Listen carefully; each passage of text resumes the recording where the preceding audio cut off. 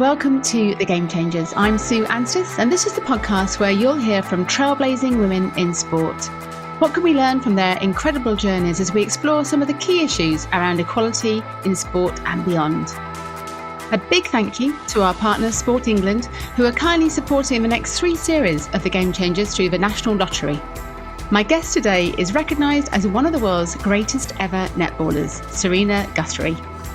Serena was part of the England team that secured that incredible gold medal in the 2018 Commonwealth Games against Australia on the Gold Coast. It still gives me goosebumps just thinking about it. Serena played in New Zealand and Australia before returning home to Team Bath in 2019, where she captained the Roses to bronze in their home World Cup. In recognition for all she's done for netball, in 2019 she was awarded an MBE in the New Year's Honours List. Serena has been captain of England and Team Bath. With over 100 caps for her country, she's played in 3 Netball World Cups, and Birmingham 2022 this summer should have been her 3rd Commonwealth Games, but things have changed. So Serena, I'd like to start with the hugely exciting news that you shared last week, that you're retiring from netball because you're having a baby. So how are you feeling a week on from sharing that news?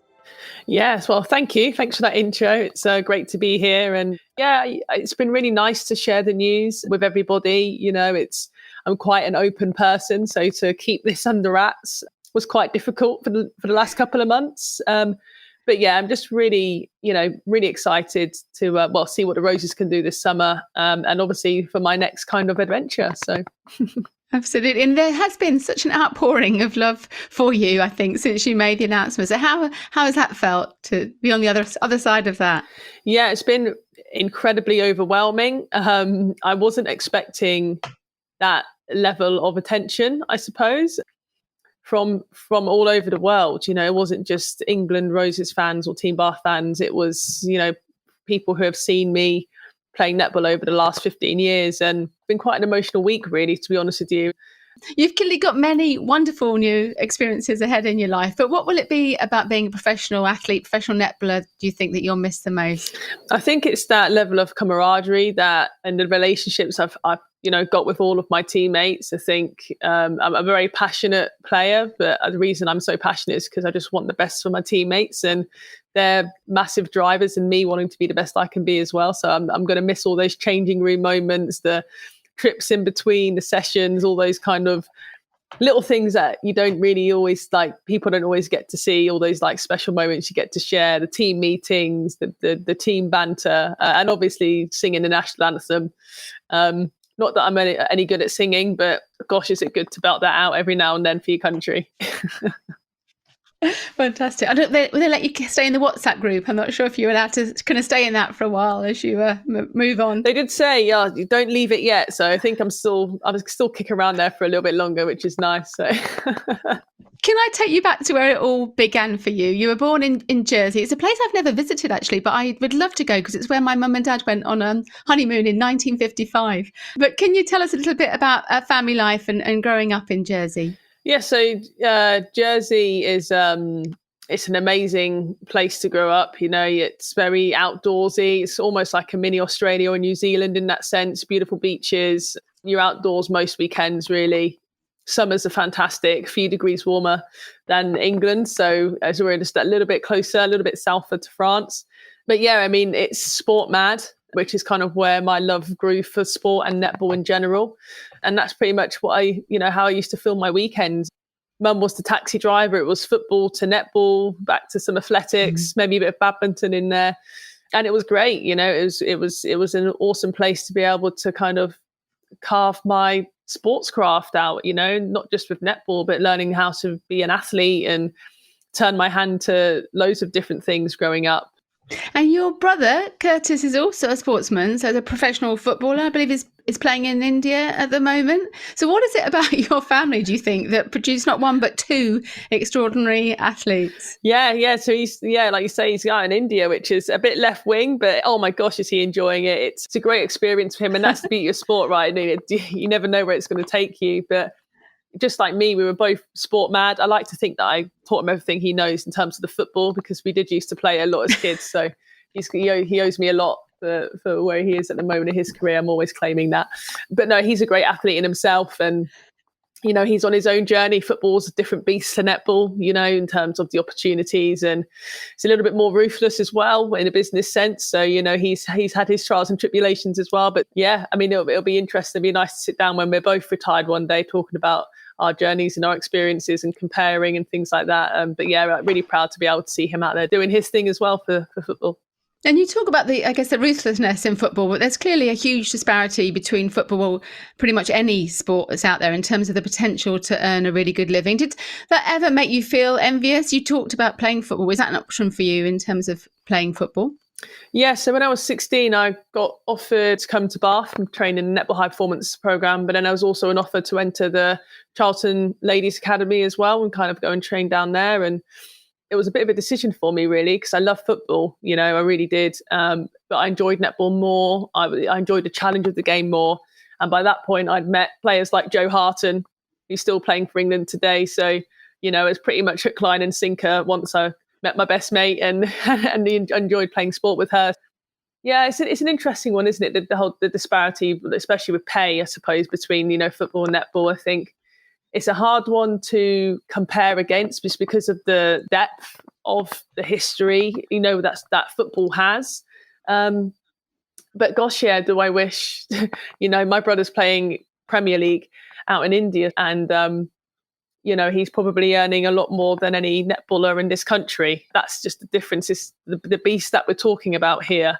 It's not just the money, it's the level of opportunity. And that's where I'd love to see the sport grow. I'd love to see kind of more semi-professional, professional leagues to give athletes opportunities to go and experience different countries, new cultures, and continue their craft, because that's what it's all about, isn't it? It's about experience at the end of the day. And our English league is, it's growing and it's great to be a part of. That's one of the reasons why I wanted to come back from Australia and New Zealand. But currently it's only out in Australia and New Zealand where you're going to get that fully fledged professional netball experience. So, we've got a bit of groundwork to do in terms of that. And are you confident we can get there, that we are on a path to more professionalism for the England women, but more broadly across the world? Yeah, we are. These things take time. It's not just as simple as money. We also have to have the right structures to invest in as well. And I think that's probably the next step, for netball, making sure that we've got good infrastructure, good foundation to inject money in that looks attractive to investors to want to, let go of large amounts of money so we can start to drive resource in the right space. And it's a process, the athletes, we've got to do our job in terms of making the product look exciting. And I think the Super League's done a great job of that this season. You see in like Pulse, Surrey Storm taking scouts, and unfortunately Team Bath were one of them. And I think that is great for the sport. Whilst it's not so great for us as a franchise, it's more exciting, right? So if we want more investment in the sport, the athletes have got to do their part. But then obviously from an organisational perspective, we have to provide the structures so the money can be injected into the right places at the right time. And the stadia is important too, isn't it? I guess where it's played and crowds and definitely that kind of whole physical infrastructure too. Yeah, like facilities has always been a challenge for netball. We're not going to fill necessarily an 80,000 seater stadium. It's just that a different type of game when it comes to that. So it's about trying to provide facilities where we can have smaller stadiums, but still relatively kind of medium size crowds. In Australia, there's sometimes a bit of a dual model between some of the states, and things like that. So kind of in two teams of one state being able to use kind of the same stadium, which is great because it creates this kind of central hub for netball. And I think it would be great to try and start to look at how we can build, and we will have to build some facilities, in essence, or start to think about how we can sublease or contract out, smaller arenas. But there aren't many small arenas in the UK, and that's a challenge as well, So, yeah, there's a way to go in terms of the facilities. But, I do believe that the wheels are in motion to try and help clubs in terms of stepping away from the more primal structures that have kind of been around over the last kind of 20 years and like moving forward into a more kind of professional era. And just coming back to, I guess, your route from schoolgirl through England pathway, and you mentioned coming across to the Bath Academy. So when was it you started to take it really seriously as an elite athlete? Was it at that time? Yeah, probably from about 16 onwards. I mean, I had played under 17 and under-19 netball before I'd left for England. So it was getting a bit more serious for me up until that point, I suppose. But really, when I left home and decided to join a high performance program, that was kind of it for me in terms of, no more football, no more other sports. It's time just to kind of focus on my netball. And, it was a great feeling to do that, to know that I had that opportunity as well to be able to just focus on that. So, yeah, since 16, really, I've been fully fledged netball only, chasing my dreams. And you made your debut for England against Malawi, I believe, in 2008, when just 18. Yeah. So who were the women at the time that inspired you, the netballers that you saw that were your role models? In terms of in the England team at the time, in terms of the mid-court, Sarah Bayman, Jade Clark, who's outlived us all. She's outlived me, Jade Clark, our most capped player. Karen Atkinson, who's just a fantastic leader as well. To be around as a youngster, seeing her kind of lead the team and how she stood up for the team was fantastic. So I had so many great role models in and around me to kind of base my career off, really, I suppose, to see kind of what they were doing, what was working, but then also the mistakes they were making as well, because we do that as athletes. We don't always get it right. And I think for me, that was quite key in terms of my success and my growth. It was kind of looking at what was going on, but also how could I be better? But I mean, what a group of athletes to be able to be around to do that. Do you know what I mean? I feel incredibly lucky that I was able to experience of my journey with some of those great England athletes. And you were one of the first England players to head to New Zealand to play in the ANC Championship with the Northern Mystics. What was that experience like? Were you made to feel welcome as one of the, I think you were the only overseas player in the team at the time. Yeah, so at the time there were 10 kind of spots in the whole world, really, to be an import player and go and have an opportunity out there. So they were a fantastic team to go to. New Zealand are very hot on when it comes to culture and people and family. And I think that rings true for all of the franchises out there, not just the Northern Mystics. So in terms of welcoming, it couldn't have been any warmer, to be honest with you. And I learned a lot out there about what it means to build culture and be a part of legacy and something bigger than yourself. So it was great to experience that in general in New Zealand, because that's like a theme that pretty much runs through not just its netball teams, but it's rugby, it's cricket. Sport is a part of who you are out there. And I was able to kind of take some of those lessons and take them on into my next experiences. So yeah, Mystics was a great start for me. Many fond memories. And in 2017, you moved to the Sydney-based Giants and you were named the club's most valuable player in 2017 and 2018. So how did your game play, or the way in which you played, change during your time in New Zealand and Australia? Yeah, so the decision to go to Giants was a really tough one, because I really had enjoyed my time with the Mystics. But I think you have to try and understand or recognise what's easy versus what's needed, I think, as an athlete. And it would have been a lot easier for me to stay in that environment. And I probably would have still improved, but I don't think I would have maximised my potential as a player.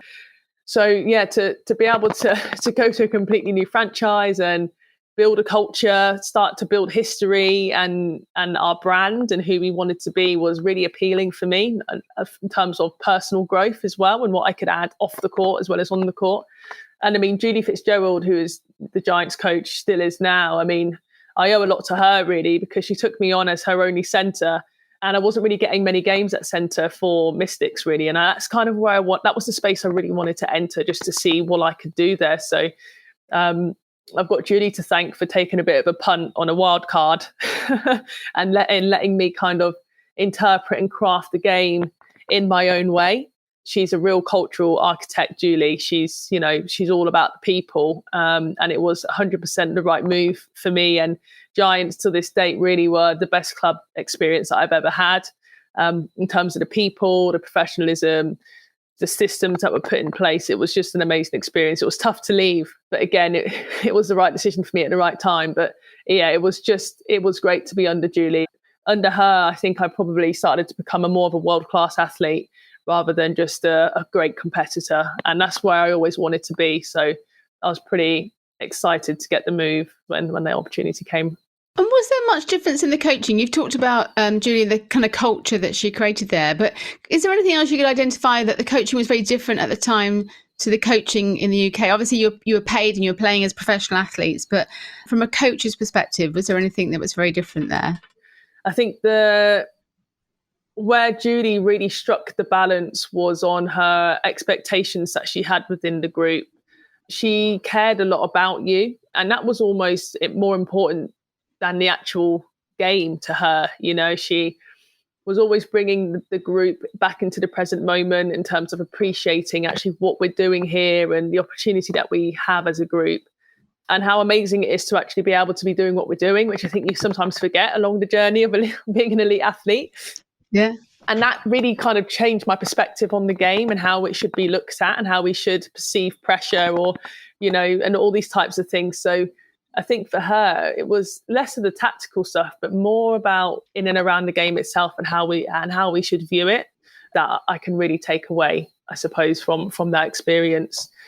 We worked hard. She made us work hard. And that was, she set the bar high, but you wanted to work for her because she cared so much about you. And that was kind of her philosophy. It was, if you can build great relationships with people, they'll go to the ends of the earth for you. And that's something that resonates really strongly with me and my own leadership. Relationships are key. If you want people to follow you, you have to put the work and effort into actually getting to understand your team around you. And Julie did that extremely well. She does do that extremely well still now. I was lucky enough to visit Netball New South Wales in early 2019, and I love seeing those huge images of Joe Harton and Helen Housby on the sides of buses and buildings. But can you tell us more about netball in Australia at that time and the profile of the sport there? Because I think that was the thing that really struck me, was the way people recognised the players and talked about the players. Yeah, I think netball in Australia is naturally ingrained into their culture. It's not seen as, this is a female sport. It's very much seen as one of the premier team sports in the country. And I think because of that, there is consistent interest in the athletes, in the team, in the league. And it's great to be a part of that, not just to be a small cog in the wheel, but to understand that you're part of a much bigger process as an athlete. And I think that's probably like the main difference to kind of the league over here to what's happening over there. It's that level of interest with it comes more investment, and because of that, the structures that Netball New South Wales have, it's quite complex, and it's very wide reaching as well. Obviously, everyone's got room for improvement, but I think that's something that was quite impressive to kind of step into and see just the amount of programs and things that they have going on just for netball. It's kind of mind blowing just for one region. Actually, that's something I had never really experienced before as a player, and they're constantly wanting the athletes to push these programs out as role models and be at the forefront of it, be the face of it, which is it's really nice to be a part of. Even though I was an Australian, to know that you're doing something really good in the game and you've all got a part to play, I think was it's quite an empowering thing. And I think you can kind of see that in the athletes out there with the programs that they get involved in, and Fitzy's 50s and the coaching, all the spin-offs that come from all these franchises. I think it's really smart and really clever.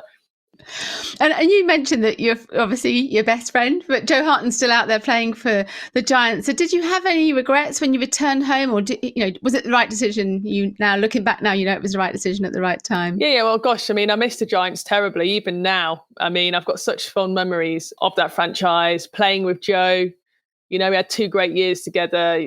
Playing in the England dress is amazing with her, but to be able to play at club level, that was really special. And to run around with your mate down the attack again, it's pretty cool. But for me, what I've always tried to do, and even around this announcement around my pregnancy, is that I think you always have to kind of just check in with yourself about what's right for you in life, and netball, whilst it's professional out in Australia, it's not professional everywhere, right? So I think for me, it's kind of making sure that I can have that reference point and check in with my direction I want to go in life. Netball is a part of my life. It's not my whole life. And I think that's something I've always been quite strong on in terms of understanding who I am outside of the game.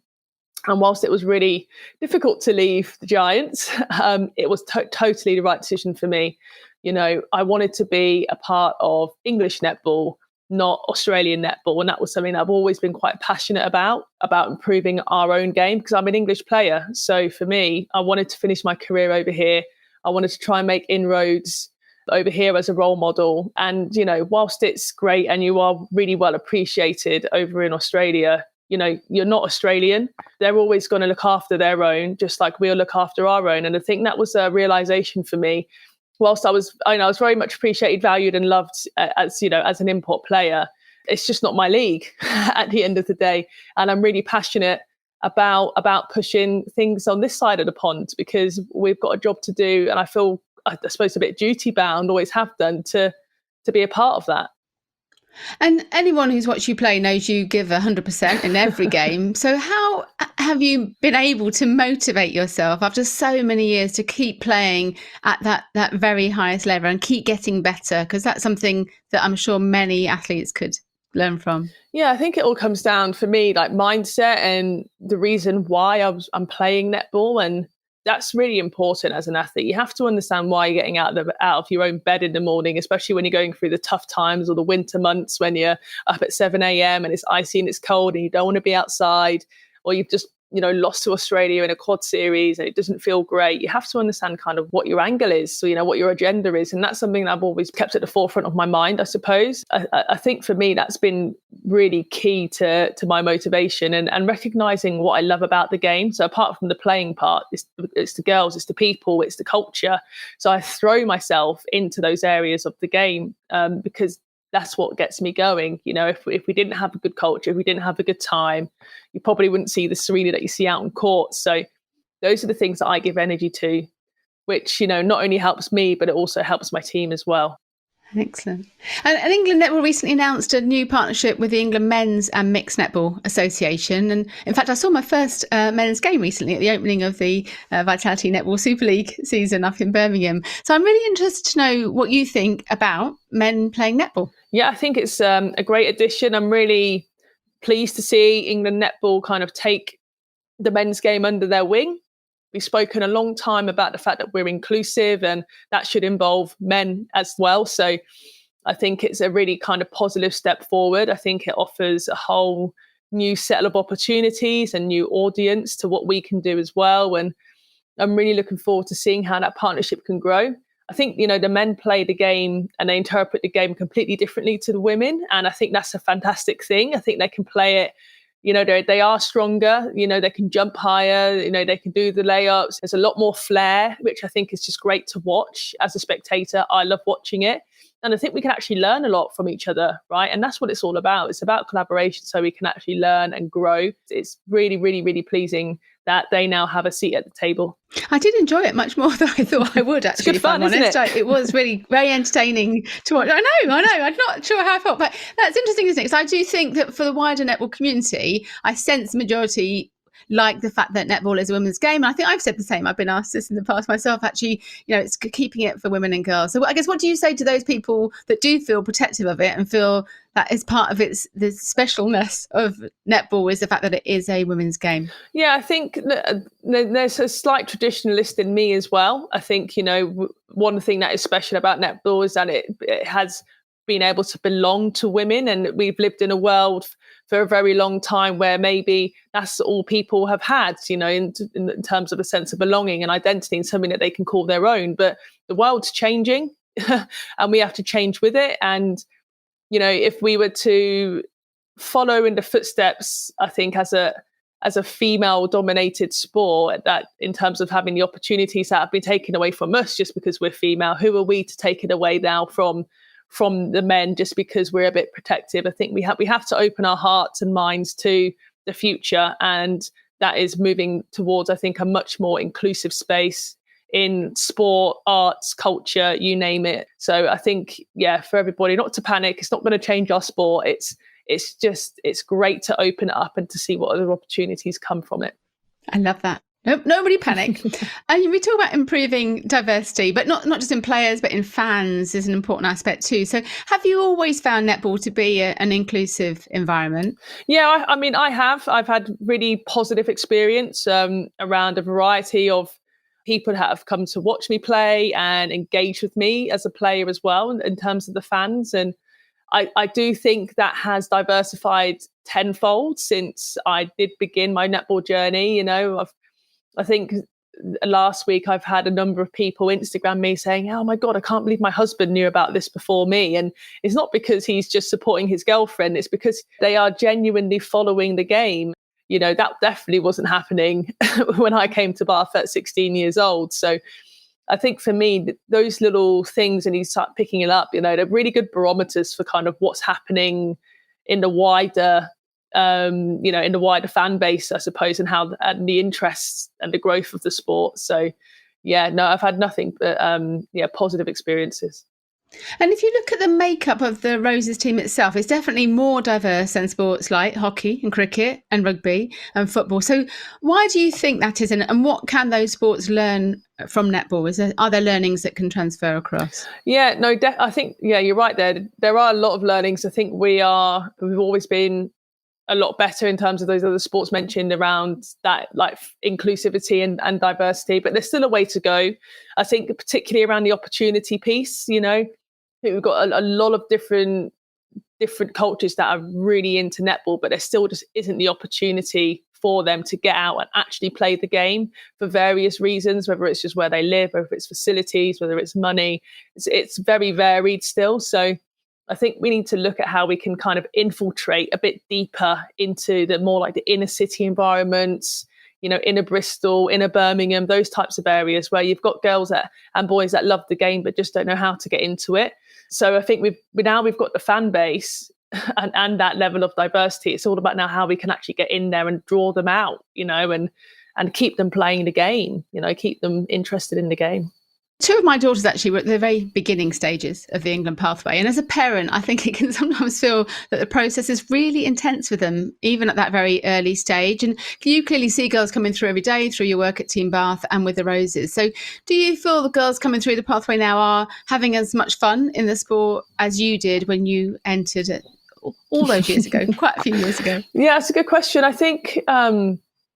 like you say, I think life as a young person is taken a lot more seriously these days, not just in netball. And I actually think that not enough is done around that space, to be honest with you, to help give them more support, more scaffolding, just more ways and to grow their own resilience and mindsets around the pressures that they face. We still have a massive drop off in the sport between the ages of 13 and 18. So a lot more needs to kind of be done in and around coaching environments, school environments. And I think England Netball have a part to play in how that can be done as well moving forward. Because it's something crazy came out last week, around 42% of children, they're suffering from mental health since COVID. So that's a huge issue, isn't it? A huge challenge that we need to tackle, and everybody has to tackle it. And if you've got a young child wanting to play for England or just wanting to play netball, they need support, and parents have a part to play in that as well. And that's something I'm quite passionate about in terms of parent education and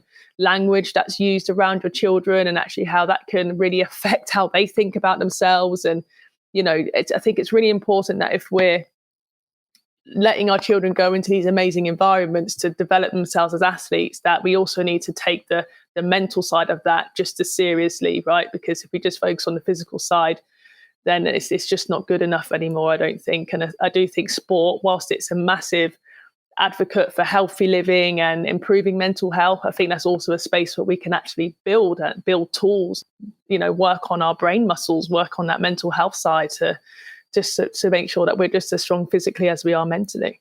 You sound very passionate about that. Is that something we might see you involved in more in the future? I'm just preempting that. It just sounds like something you maybe. I think have a passion for. I think, I do some work for the Dame Kelly Holmes Trust. So it's a big topic of conversation for us at the moment around our safeguarding, how we want to protect the people that we work with, and also how we can have an impact. And I think as somebody who probably will stay in netball, coaching young people and and adults, and I just feel like there's still a lot of scope to make inroads and to be brave enough to just do something and build something for people to come and try, and break that stigma and make it more of a normal topic of conversation. Because whilst I had a good experience with netball, it wasn't always easy. I think for me, one thing I wish that I did have was maybe a space to be able to go in and for it just to be more normalized. but it's still something like, we wait till there's something wrong and then we have to deal with it, rather than actually being more proactive and just going, hey, we go to the gym and work on your biceps. Let's just carve out half an hour before training and work on something else here that's going on, with our mental mindset. And I think that's just something that can be done a bit more publicly, I suppose. And if I am going to be working in those spaces, it will be something that I'll be quite passionate about, I think. And you mentioned coaching there. You've obviously played, you mentioned Julie in terms of playing at the Giants, but you've also played under some incredible England head coaches, so Anna Mays and Tracy Neville and Jess Thirlby. How much can a coach really change the culture of a team and a programme, do you feel? Yeah, that's massive for me. I think the coach has the capacity to build a team up or break a team down, and I think I've been in teams where players haven't necessarily got on with coaches and it's completely broken the culture. But then obviously the three you've just mentioned have been incredibly skillful at building great cultures.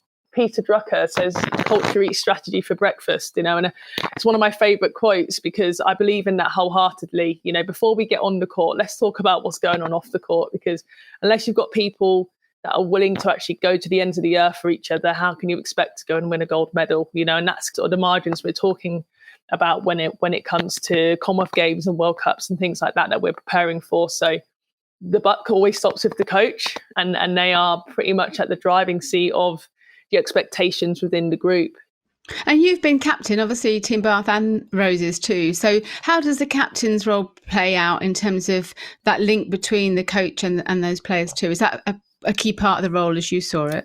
Yeah, it's a fairly key part. It's just ensuring that you're a consistent link between the coach and players, and you're constantly kind of switching hats in terms of what's best for the team, what's best for the players, and pushing back on the coaches at times as well, which is needed. They're not always right. I hate to say it, but they're not always right. So it's really important that you're able to get that balance between conflict, understanding wider picture, asking the right questions, and making sure that the team's always on kind of the same page. The last thing you want is kind of, we call it corrosive corridor chat, when you've got a couple of groups of players talking about things that are affecting them and not being able to then potentially come to me as the captain because they don't think it's getting relayed properly. So it's really important that I'm kind of transparent in my role and making sure that everybody's heard and that all opinions matter, whether it's big or small. If somebody's thinking it, chances are somebody else is too. So just taking that really seriously, I suppose, to make sure that